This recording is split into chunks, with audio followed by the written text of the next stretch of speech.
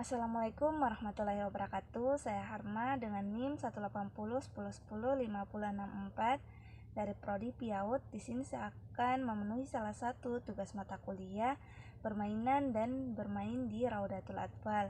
Di sini saya akan membahas tentang teori bermain.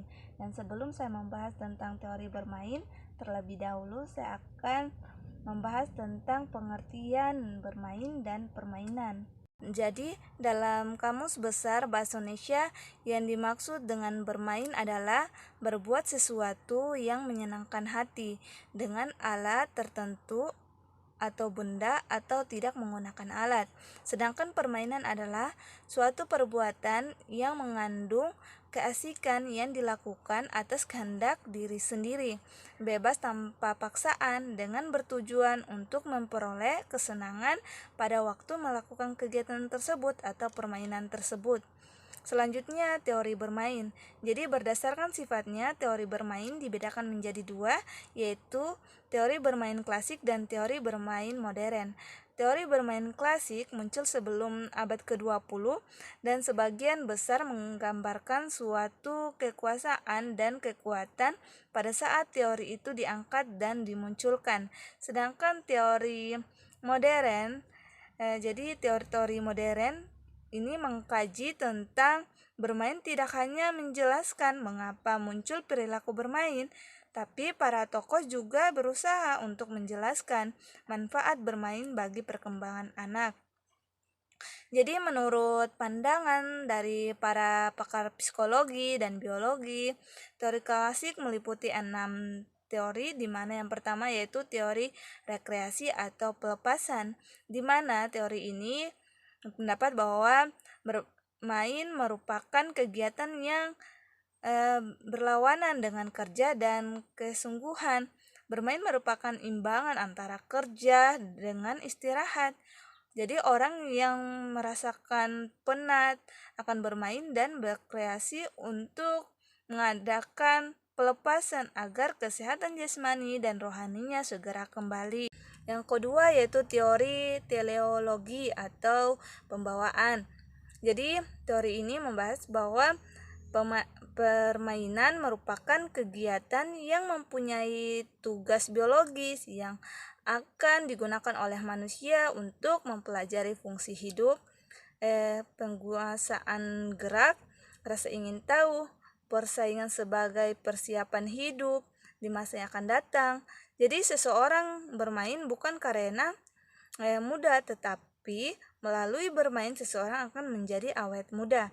Permainan, contohnya permainan tepuk tangan, dilanjutkan dengan aplaus untuk orang yang hebat. Yang ketiga itu teori sublimasi. Jadi menurut teori ini, permainan bukan hanya merupakan kegiatan untuk mempelajari fungsi hidup, tetapi juga merupakan proses sublimasi atau menjadi lebih mulia, lebih tinggi, atau lebih indah.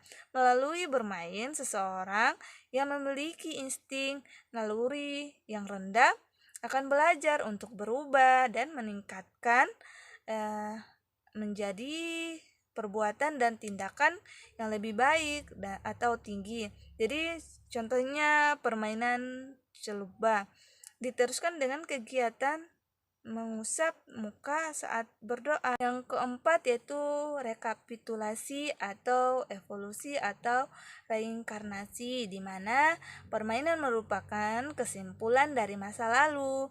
Anak akan bermain permainan yang pernah dimainkan oleh nenek moyangnya atau orang-orang terdahulu, serta pertumbuhan jiwa manusia yang wajar harusnya melalui tahapan-tahapan perkembangan manusia yang wajar sampai pada pertumbuhan yang sempurna. Contohnya pertumbuhan manusia, masa prenatal, pertumbuhan kelahiran, masa bayi, masa anak-anak, masa remaja, masa dewasa, dan masa tua. Jadi kondisi sekarang permainan tradisional hampir tergeser oleh permainan modern hasil kemajuan dari iptek seperti itu. Yang kelima itu teori surplus energi, di mana teori ini mengatakan bahwa surplus atau kelebihan tenaga yang dimiliki oleh seseorang yang belum digunakan atau tersimpan akan disalurkan atau dikeluarkan melalui aktivitas bermain atau permainan. Surplus atau kelebihan tersebut meliputi kelebihan energi, kelebihan kekuatan hidup, kelebihan emosi, dan vitalitas. Yang keenam yaitu teori Kahn-Blockler, di mana bahwa di samping permainan merupakan kegiatan untuk mempelajari fungsi hidup. Jadi bermain juga merupakan function look atau nafsu untuk berfungsi dan kemauan untuk aktif. Untuk tidak bermain, seseorang harus mempunyai kehendak, kemauan, dan nafsu untuk bermain permainan yang ia inginkan, seperti itu. Selanjutnya, teori bermain modern. Di sini ada beberapa, di antaranya yang pertama itu teori psikoanalisa, di mana bermain merupakan media, sarana, alat atau cara untuk mengeluarkan, melepaskan emosi-emosi dari dalam diri. Bermain juga merupakan media untuk belajar, mengatasi pengalaman traumatik, dan frustasi. Jadi bermain merupakan salah satu cara untuk mengukur, menguasai, dan mengetahui fungsi sifat suatu alat atau benda.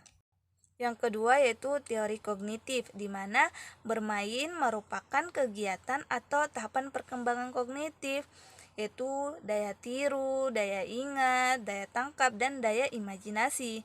Jadi gaya belajar manusia yang harus dilalui oleh seorang anak. Bermain juga merupakan sarana untuk belajar berpikir, mengungkapkan ide-ide, kreativitas, atau daya cipta, dan berimajinasi. Selanjutnya yang ketiga yaitu teori belajar sosial, di mana manusia sebagai makhluk monodualisme, yaitu manusia, individu, dan makhluk sosial. Bermain dapat menjadi sarana atau media untuk berkomunikasi, bersosialisasi, dan berinteraksi dengan orang lain atau makhluk hidup yang lain. Yang keempat itu teori kompensasi, di mana bermain tidak hanya berfungsi sebagai pengisi waktu luang atau rekreasi saja, tapi sekarang sudah menjadi kebutuhan untuk mendapatkan penghargaan atau mempertahankan hidup, atau yang disebut dengan sebagai profesi. Mungkin itu saja, lebih dan kurangnya mohon dimaafkan. Wabillahi taufiq wal hidayah. Wassalamualaikum warahmatullahi wabarakatuh.